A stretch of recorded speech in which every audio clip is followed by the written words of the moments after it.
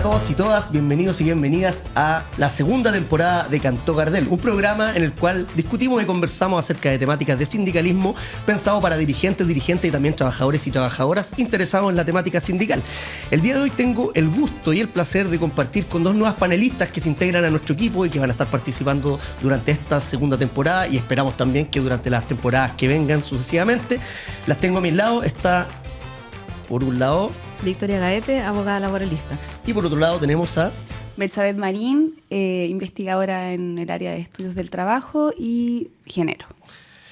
Bueno, el día de hoy vamos a conversar acerca de una temática que en realidad es bien importante para el sindicalismo en nuestro país, pero que muchas veces se soslaya cuando estamos hablando de sindicalismo porque uno se suele enfocar en el tema del sector privado.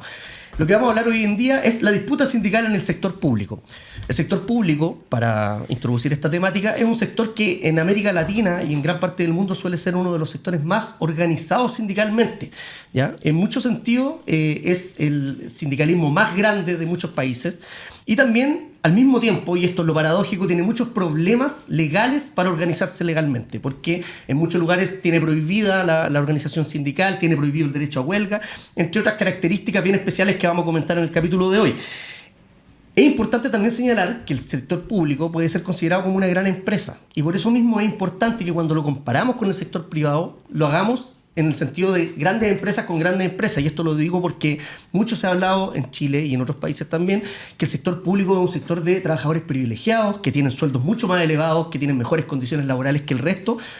Con mucha deshonestidad intelectual, muchos intelectuales tratan de plantear una comparación entre el sector público y trabajadores de, por ejemplo, pequeñas empresas, que sabemos que son las que tienen peores condiciones laborales en el sector privado también.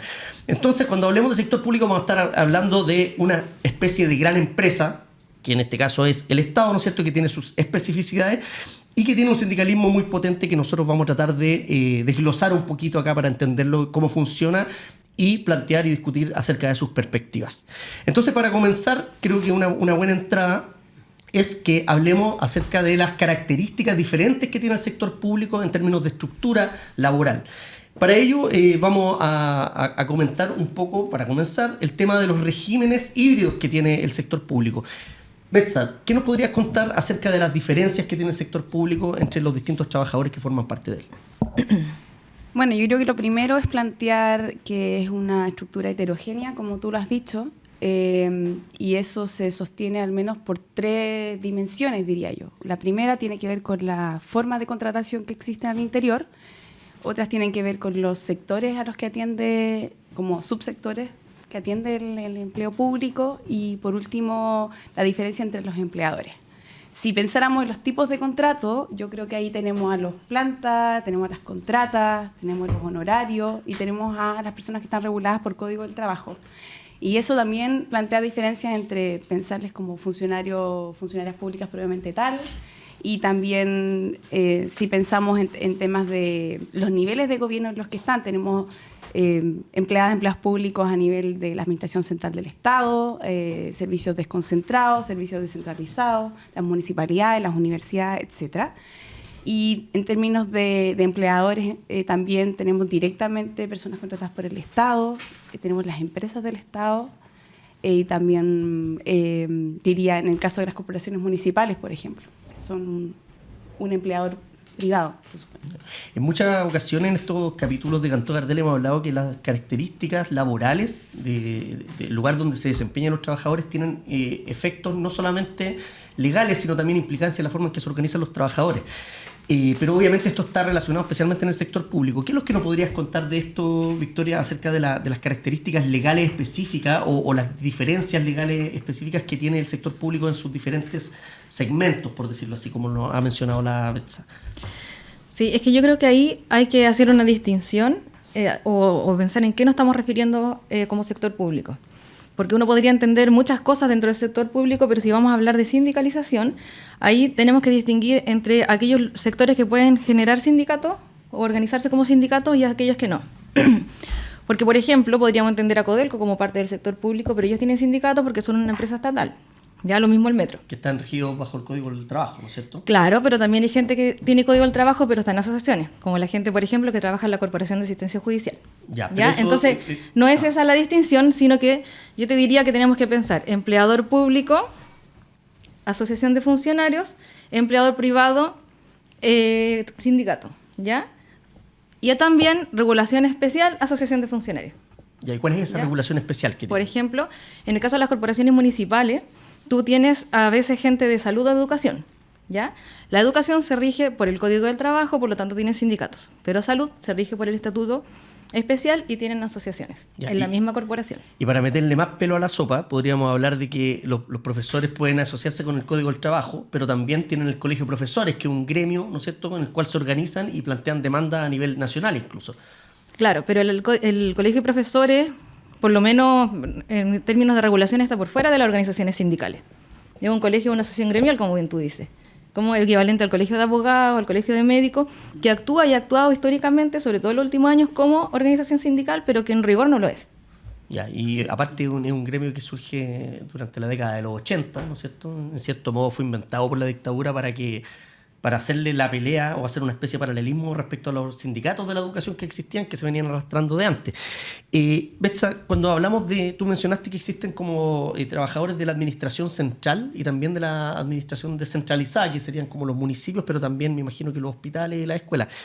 Tú, de lo que tú conoces, ¿cuáles serían las diferencias más importantes entre esos dos sectores, el central y el descentralizado? ¿Hay alguna diferencia en términos de condiciones laborales, de que algunos tengan mejores condiciones que otros, o algunas diferencias respecto al empleador? ¿Qué nos puedes decir al respecto?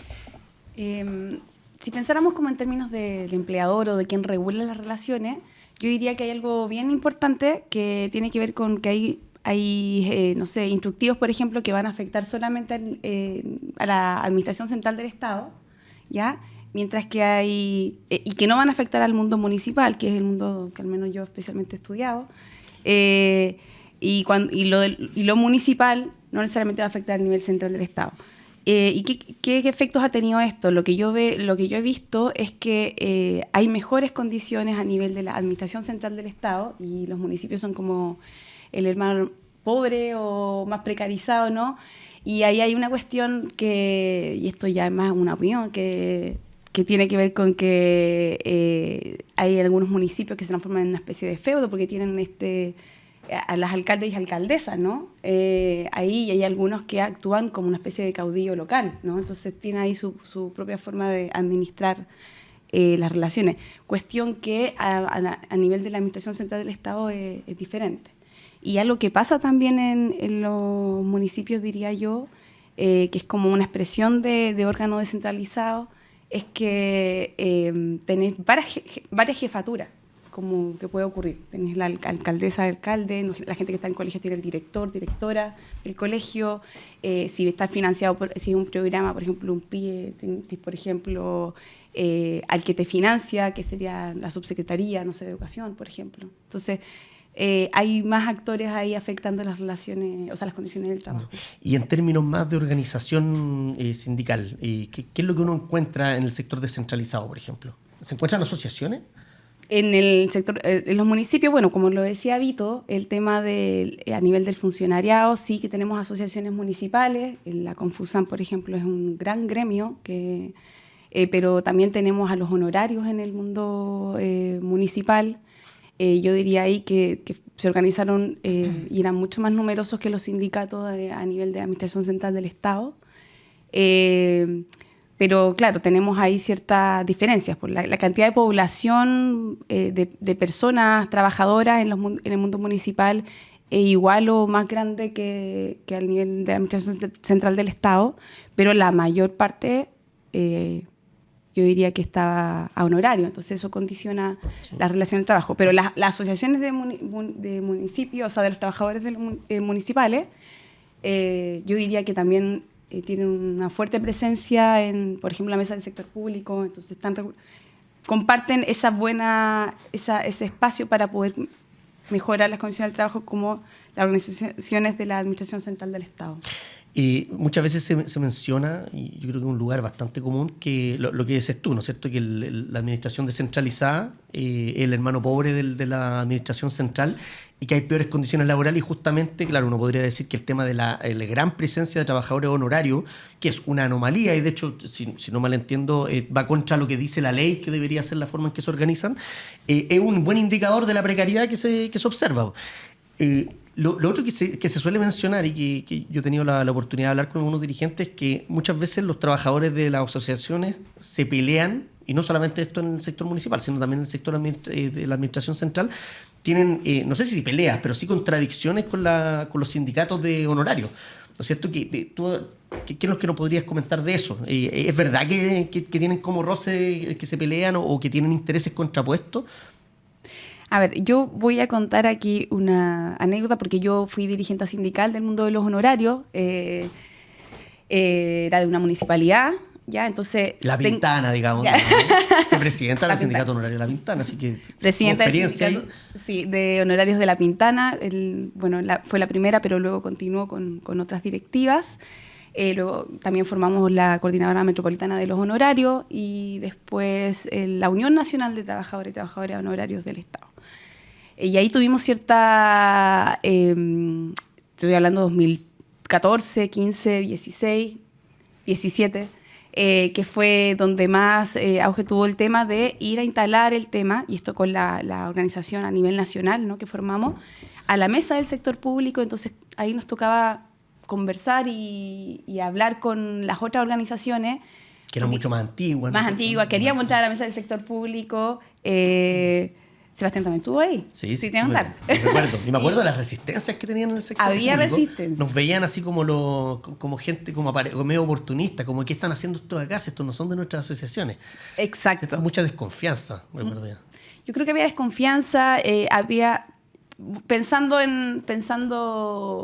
digamos, positivamente de que había ganas de que entraran las demandas de los honorarios ahí, sí que había voluntad, pero lo que nosotros pedíamos era ser nuestra propia voz.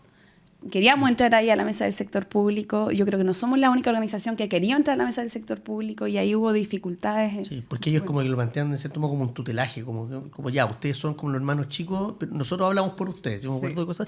¿Qué crees tú, Vito, de por qué se producen de repente estos roces entre las asociaciones del sector público y otro tipo de organizaciones? Por ejemplo, las de honorarios, que vamos a hablarlo enseguida, pero parece que van en cierta tendencia a ser cada vez menos ese tipo de sindicatos. Sí, claro, han ido disminuyendo. Yo pienso que tiene que ver con el traspaso de los trabajadores honorarios a las contratas, que fue una instrucción del año 2022 de la Contraloría. Pero respecto a lo primero, yo creo que aquí hay un problema que se da no solo en el sindicalismo, en el sector público, también en el sector privado, que tiene que ver con las cuotas de poder o cuánto de poder quiero yo como dirigente tener en cierto espacio. Y la verdad es que por muy honorarios que sean, se están pisando el terreno cuando están en un mismo servicio, ¿ya? Obviamente en el caso de los sindicatos de honorarios con mucho menos fuerza tal vez, porque en el caso de los honorarios se plantea el problema de la protección de la libertad sindical. ¿Ya? ¿Cómo así? ¿En qué sentido lo dice? Lo que pasa es que en el caso de las asociaciones tienes fuero, ¿ya? Tiene ciertos derechos que te da la ley de asociación de funcionarios. Disculpa, y en el caso de esta interrupción es importante porque las personas que nos escuchan no necesariamente saben de esto. ¿A qué te refieres cuando dices que tienen fuero los trabajadores del sector público? ¿A qué te refieres? ¿Como que no pueden ser despedidos? Claro, el mismo fuero de los privados, de los sindicatos, de los dirigentes. Pero siempre se habla de que el estatuto administrativo le da una protección especial a los trabajadores del sector público. ¿En qué consiste eso? Que es más difícil echarlo, en el fondo. En el caso de los trabajadores de planta, sí, tienen que tener un sumario. Las contratas se pueden terminar a fin de año. Pero, en mi opinión, la fuerza o la aplicación que tiene esta norma de que no te despiden en el sector público no tiene que ver con eso. Es parte, pero también tiene que ver con la fuerza que hay en general en la organización sindical. Si tú te fijas, en el caso de los honorarios, cuando se empezaron a crear, eran sindicatos que no tenían protección, que eran sindicatos de trabajadores independientes, ¿ya? Que no tenían estos derechos que yo les digo y que no tenían, por ejemplo, la imposibilidad de que te despidieran sin autorización judicial, ya que eso cómo funciona el fuero. Sin embargo, la cantidad de despedidos de esos sindicatos no eran tanto como el sector privado cuando no hay sindicato. ¿Cachai? Entonces yo creo que ahí hay que tener ese elemento en consideración. No es solamente que no te pueden despedir, si en el sector privado tampoco te pueden despedir, si no tienen causal. O lo hacen igual. Y podrían terminarte las contratas. Pero hay algo en el sector público que hizo que incluso con los honorarios, los más precarizados, no hubiese despidos masivos. Entonces yo creo que eso es algo que hay que atender. Con la fuerza que tienen ellos como organización. Yo creo que tiene que ver un poco con la cultura del sector público como empleador, pero también con la fuerza, sin duda con la fuerza como trabajador y como agrupaciones de trabajadores. Sí. Igual es llamativo lo que dices porque lo mencionábamos en algún capítulo anterior, de prácticas antisindicales en la primera temporada, o en algún otro, que yo me acuerdo que cuando tuve la oportunidad de participar en un sindicato honorario, una de las características que tenía armar un sindicato honorario que no tenía derecho a negociar, que en realidad no teníamos fuero ni nada, era que inmediatamente generaba una especie de inhibición al empleador o a las jefaturas directas del maltrato laboral. O sea, por ejemplo, era diferente el trato que te daban las jefaturas cuando sabían que estabas en un sindicato al trato que te daban cuando no sabían que estabas. Y eso, bueno, podemos hablar ahí de la calidad humana de las jefaturas, pero en realidad tiene que ver con la fuerza que tiene el sindicato de por sí. O sea, cuando el empleador ve que hay una organización detrás de las personas, evidentemente hay una serie de resguardos que se dan, ¿ya? Porque saben que puede haber una protesta o que puede haber una huelga o que puede haber un reclamo, ¿no es cierto? También sabemos que los sindicatos son los que comúnmente van a la dirección del trabajo a presentar reclamos por malas condiciones laborales, etc. Ahora, nosotros estamos hablando del sector precarizado, en cierto modo, que el de honorarios, que fue una experiencia que partió la organización, al menos sindical, en la década del 2010. Y con el tiempo se fue declinando, en cierto modo. Hoy en día tenemos aproximadamente 67 sindicatos honorarios. Creo que en su mejor momento fueron casi 300 organizaciones. Y yo creo que ahí la Vito menciona como el elemento determinante, y fue que en algún momento se empezaron a pasar un montón de trabajadores honorarios a contrata y se fue perdiendo la masa sindical en el fondo, ¿no es cierto? Ya no había a quienes sindicalizar. Yo conozco algunos de los sindicatos que existen hasta el día de hoy y claro, tienen menos afiliados, etcétera. Ahora, más allá de esto, que es el tema de los honorarios, podríamos... Yo quería decir una cosa ahí al respecto. Vale. Creo que es importante mencionar que algo que pasó en paralelo a la organización sindical fue que muchas trabajadoras y trabajadores honorarios empezaron a demandar de forma individual. Y eso, yo no soy la abogada que la Vito, pero lo puede decir mejor, pero recuerdo que se generó había tantas demandas que en algún momento se genera la unificación de jurisprudencia. Y eso empieza a marcar una forma en que van fallando finalmente los tribunales, y a la vez, desde los sindicatos, empezamos a hacer yo me acuerdo, hacíamos formación para que pudiera demandar todos los trabajadores y los trabajadores pensando en que se estaba fallando a favor porque efectivamente había subordinación y dependencia. Entonces yo creo que, y ahí alguna vez escuché esta frase de el Estado va a seguir contratando honorarios mientras le salga más barato pagar esas demandas que pasar a la gente a la contrata y luego pensar en la planta, ¿no? Sí. Y yo creo que ahí es interesante pensar en cómo fue esa estrategia y que los sindicatos también apoyamos esas demandas individuales. Claro, en el fondo lo que se hacía era encarecer el despido de los trabajadores honorarios porque hay una ficción jurídica, se dice que los honorarios no tienen subordinación ni dependencia, y eso era obviamente mentira. Y cuando se demandaba uno podía pedir el pago de las cotizaciones laborales, ¿no es cierto?, y indemnización por despido. Y eso servía para negociar con las empresas. ¿Qué es lo que nos puedes contar de eso, Vito? ¿Tú tuviste una experiencia con eso como abogada, ¿no? Sí, claro. Muchas veces participé en demandas para la declaración de la relación laboral, ¿ya? Ahora, yo creo que ahí lo relevante para el tema que estamos tratando tiene que ver con cuál era la razón de ser de esos sindicatos, o los sindicatos honorarios, que tiene que ver la disminución, creo yo, porque se hizo el traspaso, pero también de gran parte de esos sindicatos la razón de ser era la internalización de los trabajadores honorarios. Era una demanda final. Claro. Eran sindicatos que querían desaparecer en el fondo. Sí. Y eso se produce, yo creo que, claro, porque los tribunales empiezan a decir que son trabajadores. A mí me cabe la duda si los tenían horarios porque son más baratos. Yo creo que tiene que ver un poco también con la flexibilidad que te da. Sobre todo en la administración que es del Estado, digamos, centralizada y descentralizada, pero que no son municipalidades, ¿ya?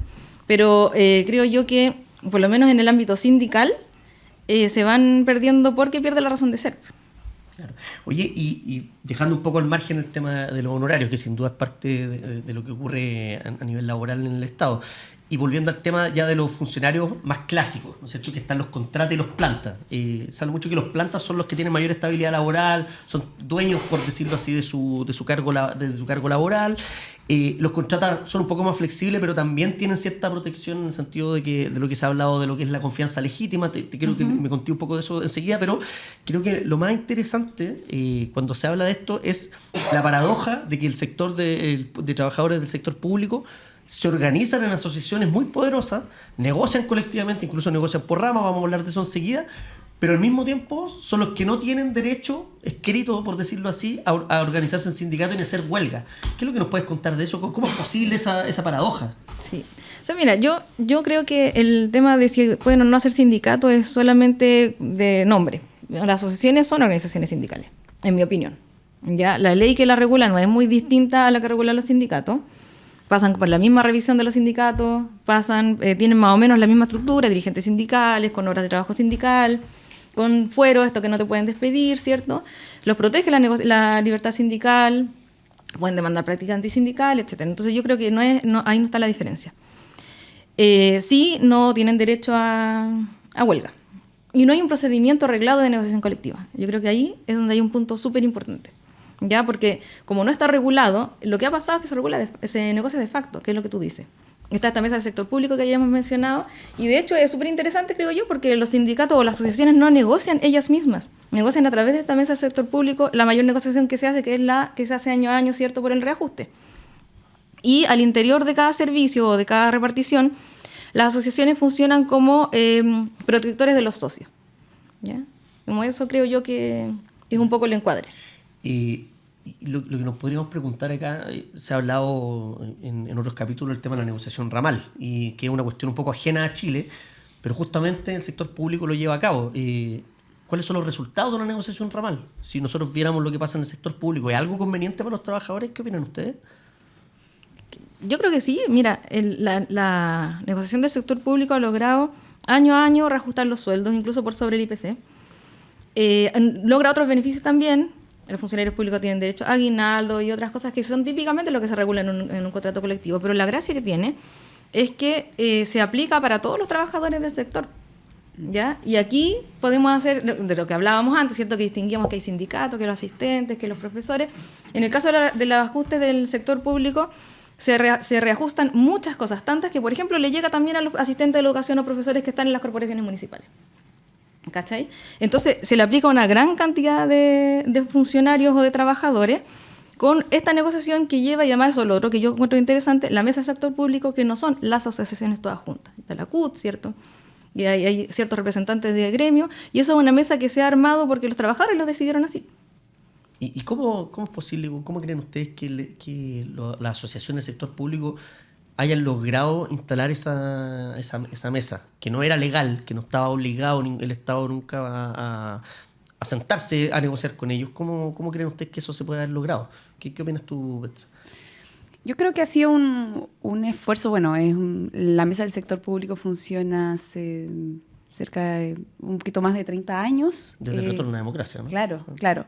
Entonces, yo creo que ha sido un esfuerzo colectivo, y creo que en ese sentido los estatutos que resguardan a las trabajadoras y trabajadores del sector público también ayudaron a que se pudieran mover, ¿no? Pero yo creo que también hay algo en el mundo, en el sector público, quienes trabajan ahí, que hay una conexión.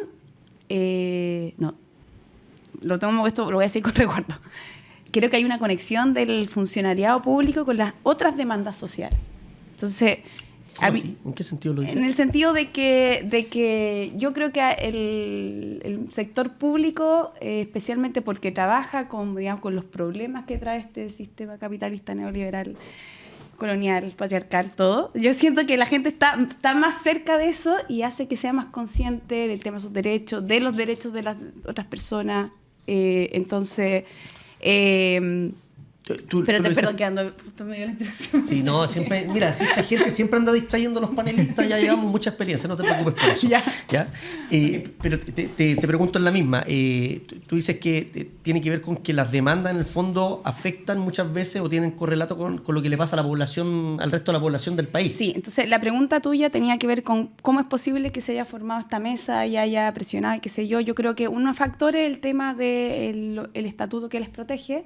Y yo creo que otros factores como esta conciencia, creo yo, que tiene el funcionariado público de demandar los derechos propios y de la ciudadanía. Sí, yo creo que ahí está un ejemplo interesante, el de los profesores, que no solamente pelean por sus propias demandas, sino que lo que buscan, o al menos lo que dicen que buscan, es mejorar el sistema educacional en su conjunto, que es para todos. Y los trabajadores que han dado tremendas peleas del sector de la salud, ¿no es cierto? O sea, es evidente, y es una cuestión que no muchas veces se cae en la cuenta cuando se habla en los medios de comunicación, que no son muy favorables al sindicalismo por lo demás. No muchas veces se menciona que cuando están haciendo un paro en un sector, en un CEFAM, por ejemplo, los trabajadores de la salud, lo que están haciendo es tratando de mejorar las condiciones laborales, y eso sí o sí va a tener una consecuencia en la mejora en la atención del público. Entonces, claro, a lo mejor para hacer esa mejora en la atención del público a veces tenéis que hacer un paro, pero la cuestión va en favor de todos y no solamente de ellos mismos. Y esa es una cuestión que es especialmente nítida en el sector público, porque lo que ofrecen, el servicio que ofrecen, es para toda la población. ¿Qué es lo que nos puedes decir de eso, Victoria? ¿Tú conoces algún otro ejemplo que podríamos traer a colación? No, o sea, es que yo estaba pensando en lo mismo, en los paros, por ejemplo, del sector salud municipal. Ahí se produce un efecto bien interesante porque me acuerdo hace poco hubo unos paros por las faltas de insumos.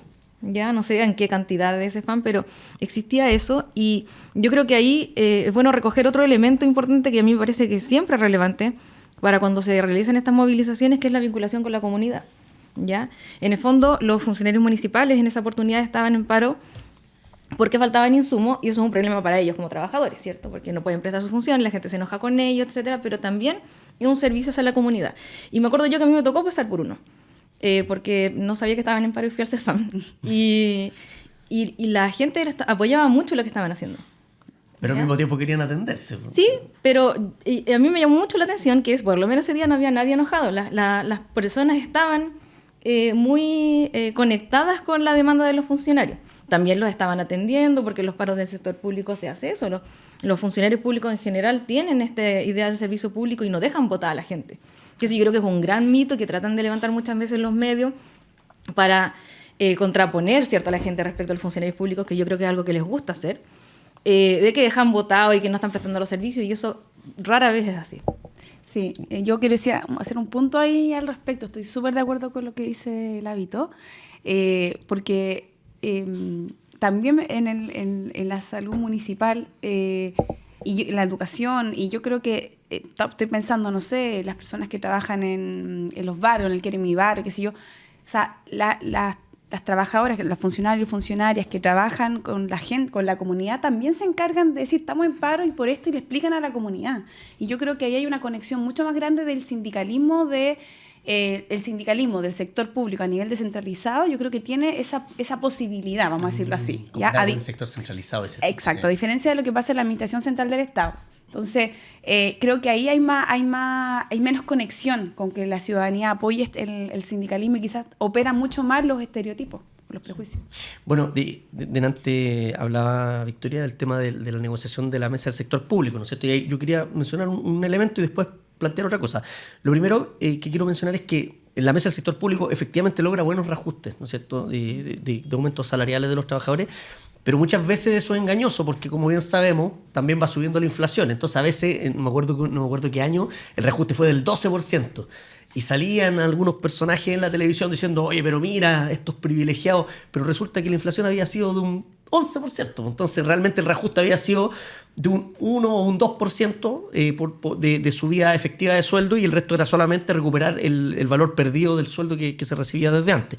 Entonces hay que tener ojo con eso.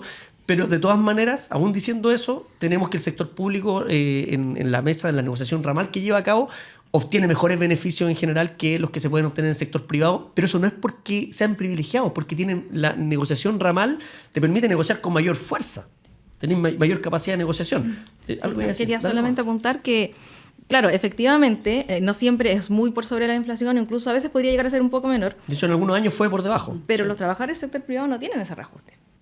Y además cuando negocian cada 2 o 3 años. Acá es todos los años y se reajusta para todos los trabajadores. Entonces, sin perjuicio de que yo creo que podría ser mucho mejor, si lo hablamos comparativamente, yo creo que es bueno. Ahora, yo creo que eso no es un síntoma de un privilegio, sino que de una organización fuerte. Claro, y de hecho, muchas veces se menciona, y lo he visto últimamente en algunos programas, personajes de la derecha plantean, oye, los privilegiados de los sindicatos siempre han tenido un poco este discurso de que poco menos que los sindicatos son privilegiados en general, y en el sector público por antonomasia, pero también en el sector privado.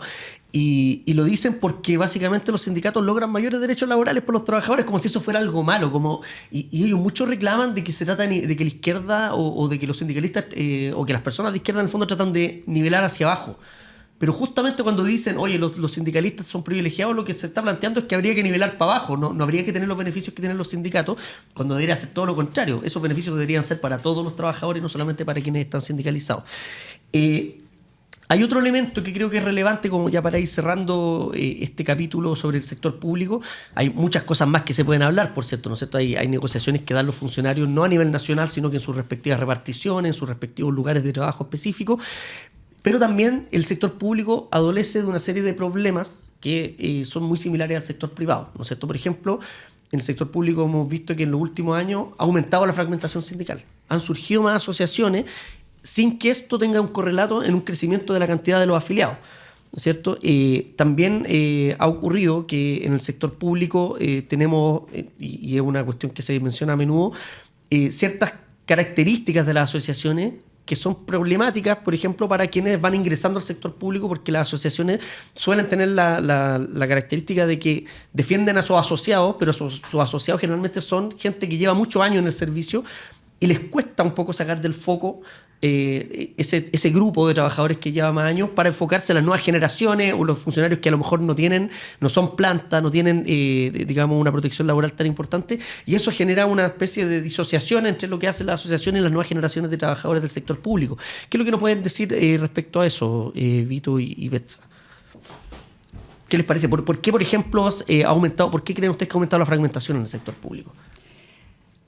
A ver, yo creo que hay algo que pasa en el sector público, que se da esta creación de organizaciones por tipo de estamento. O sea, tenemos en el caso de las profes como los docentes, las de la educación, que tienen diferentes, pero también tenemos en un mismo sector, en salud tenemos, o podemos tener personas, los profesionales, tenemos los técnicos, tenemos los auxiliares, y empieza a fragmentarse un poco por las diferentes, para la redundancia, diversidad de condiciones que tienen, ¿no?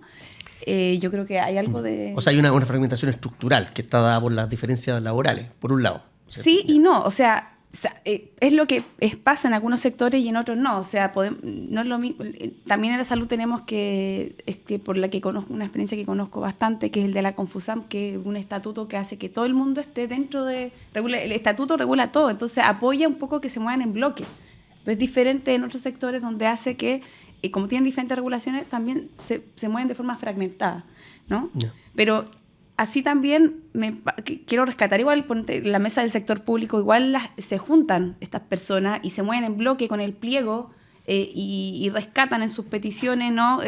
Cuestiones que son transversales. Entonces, como que yo creo que se mueven un poco ahí entre esa fragmentación y tratar de generar un espacio de negociación en la mesa del sector público una vez al año al menos. Claro, tiene una instancia de unidad. Y Victoria, ¿tú crees, por ejemplo, que hay diferencia entre la fragmentación del sector público y la del privado? O sea, por ejemplo, nosotros hablamos en un capítulo que el sector privado suele ocurrir muchas veces que las divisiones de los sindicatos ocurren por problemas de peleas entre los dirigentes, problemas de ego. ¿Será que ocurre eso también en el sector público, crees tú? Sí, yo creo que ocurre. Ya. He visto un par de experiencias en ese sentido. Yo también. ¿Para qué voy a mentir? Sí. Es una pregunta retórica. Ocurre. No sé si ocurre por las mismas razones. ¿Ya? Yo creo que sí ocurre por egos, ¿cierto? Diferencias políticas que tal vez ocurren más en el sector público que privado. ¿Por qué habría más diferencia en el sector público que privado en términos políticos? ¿Porque está más metido el partido? El sector público está más politizado, diría yo. Ya, o sea, los servicios, tú vas a un servicio y te dicen, no, en esta asociación estatal, en esta estatal. Ya, como que suelen ser feudos de algunos partidos políticos que tienen más presencia. Claro, yo no sé si es una generalidad, pero ocurre. Y yo creo que eso no pasa tanto en el sector privado. Claro. ¿Ya? Entonces, está ese factor también.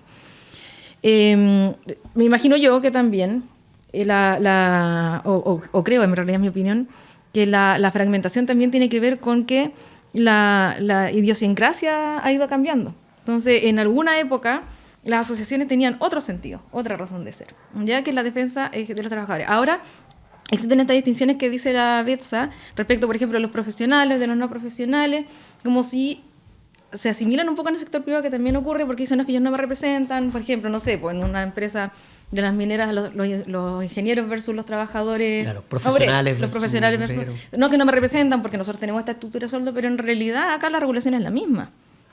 Y como decíamos, las asociaciones rara vez negocian con sus servicios. Entonces yo creo que es una idea de que existe esta defensa, y al final es puramente, creo yo, individualismo, identitarismo. ¿Cachai? Yo necesito agregar algo en relación a lo que está diciendo la Vito. Por favor. Que es una experiencia que creo que lo expresa muy bien, como lo estás diciendo. Que era como, y yo quiero hablar acá un poco más como de la concepción de clase en el sindicalismo. O sea, a mí me recuerdo que cuando formamos el sindicato Honorarios La Pintana, la idea es que fuera un sindicato donde todas las trabajadoras y trabajadores estuviéramos ahí, ¿ya? Eran honorarios, ¿cierto? Pero era un sindicato, ¿no? Y entonces cuando tuvimos que plantear el primer pliego de peticiones, nos pasó que los profesionales querían, no sé, estufas en la oficina, porque pasaban frío, qué sé yo, pero tenían oficina, ¿ya? Pero nos pasaba que en ese tiempo, ¿no? Y ahora las cosas han cambiado, pero en la Dirección de Gestión Ambiental, las trabajadoras y trabajadores del aseo y ornato no tenían comedor, no tenían baño. Entonces, obvio que las prioridades estaban ahí. Y eso fue una discusión, no fue algo obvio en el pliego de peticiones. Y eso fue, yo creo que una experiencia muy importante de concientización a nivel de quien éramos parte del sindicato. De decir, aquí aunque seamos de áreas diferentes, porque también las áreas, depende del servicio, depende del ministerio en el que estés también las demandas, ¿no?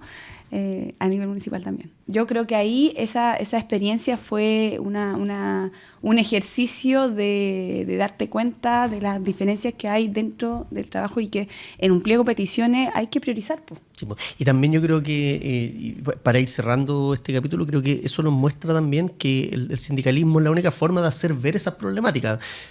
No deja de ser curioso que los mismos dirigentes de las asociaciones después decían, no, si nosotros los podemos representar, no se preocupen, pero antes de que se armara el sindicato honorario nunca lo hicieron, ¿cachai? Nunca estuvieron preocupados. Entonces, muchas veces uno tiene que organizarse para que las demandas que tiene, que a lo mejor no está tomando el sindicato, sean representadas. Eso no significa armar un sindicato paralelo. Yo puedo organizarme con un grupo de compañeros en mi lugar de trabajo, ya sea en el sector público o privado, para decirle a los dirigentes sindicales, oye, tenemos este problema y ustedes no lo están viendo. Eso es importante, que las bases se activen.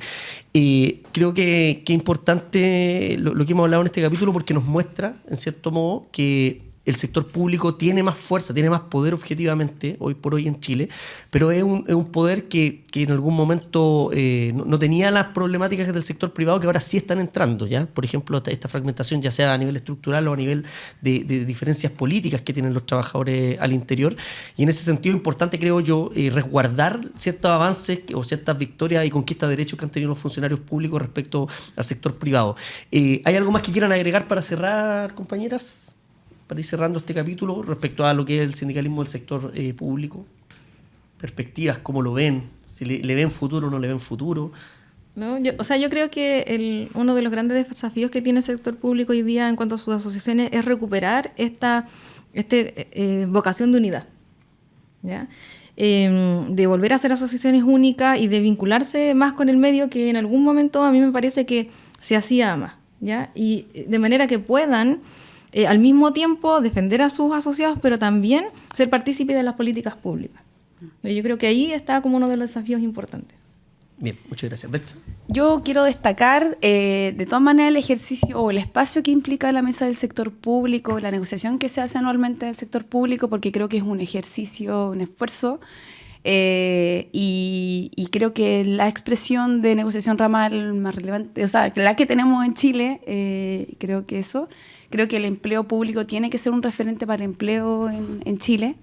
Y creo que también es un espacio donde ya se operan, ¿no? Se trata de hacer valer los convenios con la OIT. O sea, yo creo que ahí también eso. Bueno, muchas gracias. Esperamos que este capítulo le haya sido útil. Muchas gracias por su audiencia y nos encontramos en un próximo capítulo de esta segunda temporada de Canto Gardel. Le queremos también, antes de cerrar, agradecer al Sindicato de Metro por facilitarnos nuevamente este espacio, que ya está la segunda temporada en la que lo hacemos. También queremos agradecer al equipo que nos acompaña, que está detrás de las cámaras, que siempre nos han apoyado y nos han permitido materialmente que esto logre hacerse. Entonces eso, y un saludo al Sindicato Metro y también al diario El Sureño, que nos acompaña y nos ayuda con la difusión de este programa. El director me está retando en este momento, ¿no? Y la aplicación, ¿cómo se llama la app? Mi sindicato. Mi Sindicato App, que es una aplicación en que nos ayuda también con la difusión. Muchas gracias, compañeros, compañeras, y nos encontramos en un próximo capítulo.